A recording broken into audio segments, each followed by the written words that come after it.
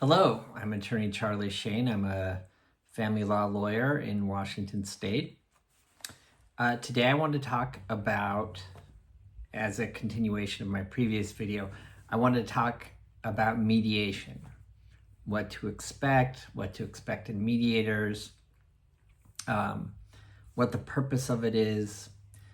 I hope to cover that today. So mediation is when you hire a professional mediator. It's usually an attorney or a past judge or commissioner. If it's an attorney, they've had lots of experience with family law, lots of experience settling cases. And you hire this person to help facilitate an agreement.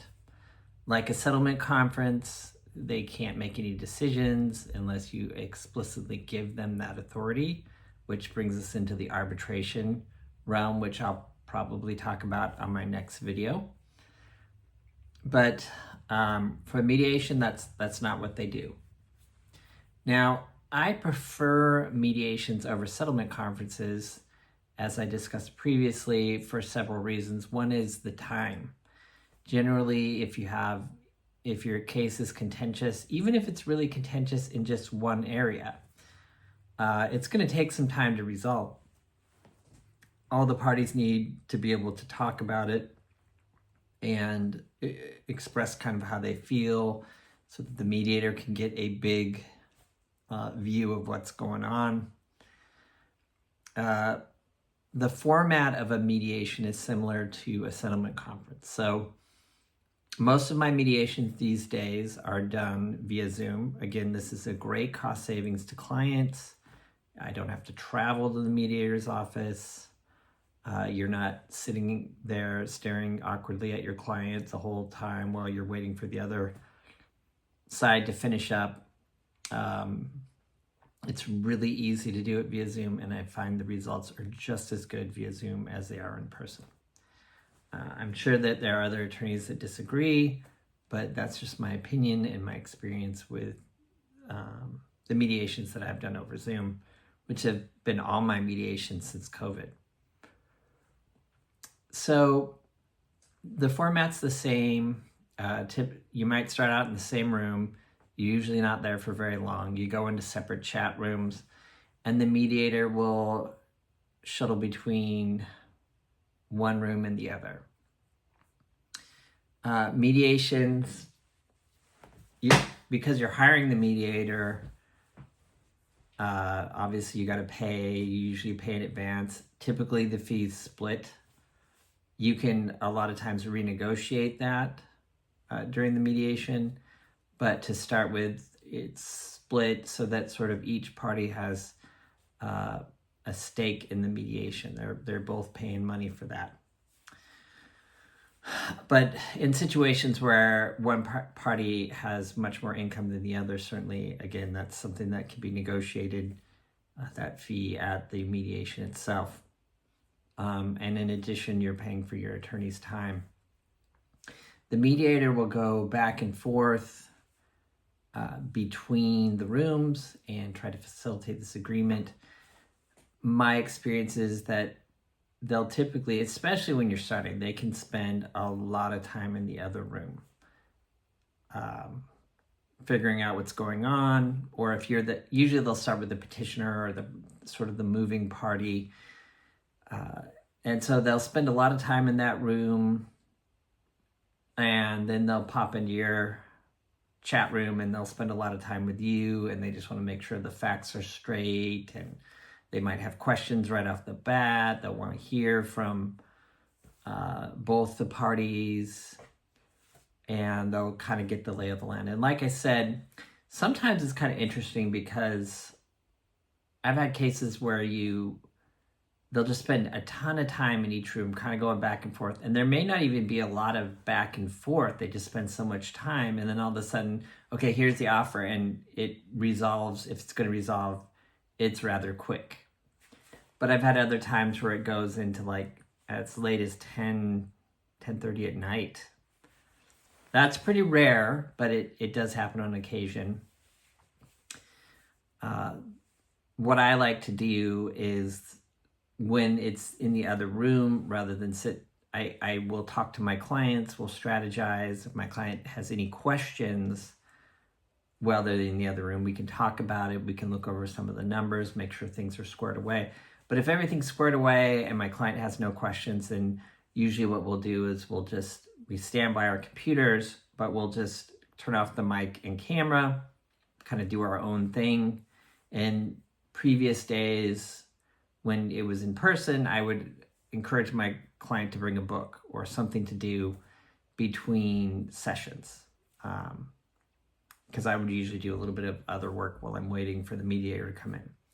So once the mediator pops in, then everybody gets back on and you talk with the mediator and work the case. But that's kind of procedurally the format, what to expect.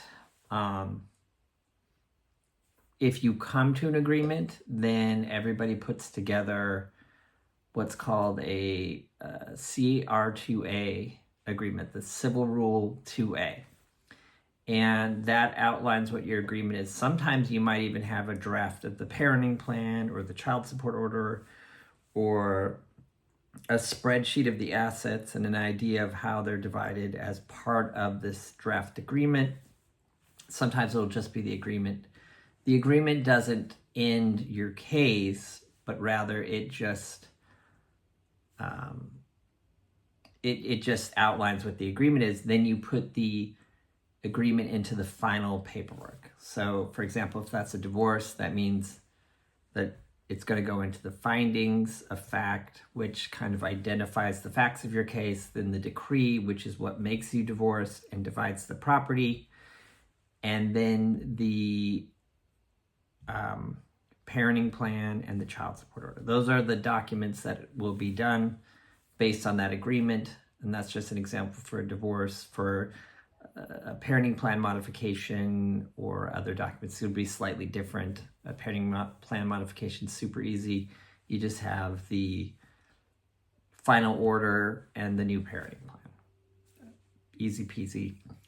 Nonetheless, so that's kind of how that goes. When picking a mediator, some people put a lot more into it than other people. I have certain mediators that I like to use, and every attorney does. So the attorneys will kind of suggest these mediators. There's some mediators that are more specific to the county that the case is in. For example, they may have practiced there a billion years and they know all the judges and they're very familiar with the lawyers in town. And so that's nice, because then they can say, well, if you end up in front of this judge, I think it'll go this way. Or it's not critical, but it's good to go with the local mediators. Although I will say that I've gone with mediators outside of the county and had great success as well.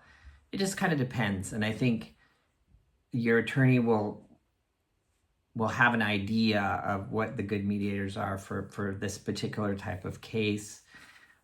I wouldn't get too discouraged if the other attorney suggests some mediators, and you go with those mediators. I know that some attorneys theorize, well, if you use this kind of mediator, they might kind of sway you in this one direction. That hasn't been my experience in my 22 years of practice. Mediators' reputations are built out of forging agreements, and if people find that they're extremely biased or they're not making these agreements, they're not going to want to use them as mediators. So generally when people are going through the cost of doing mediation, because they're putting money into it, they're not just kind of blowing this off. They want to try to settle it. So I'm generally not too skeptical about the opposing party's suggestions for mediators. I'm willing to try new mediators sometimes if they say, hey, I've had a great experience with this mediator. We had a similar kind of case and we were all able to come to a decent agreement. One thing that I do want to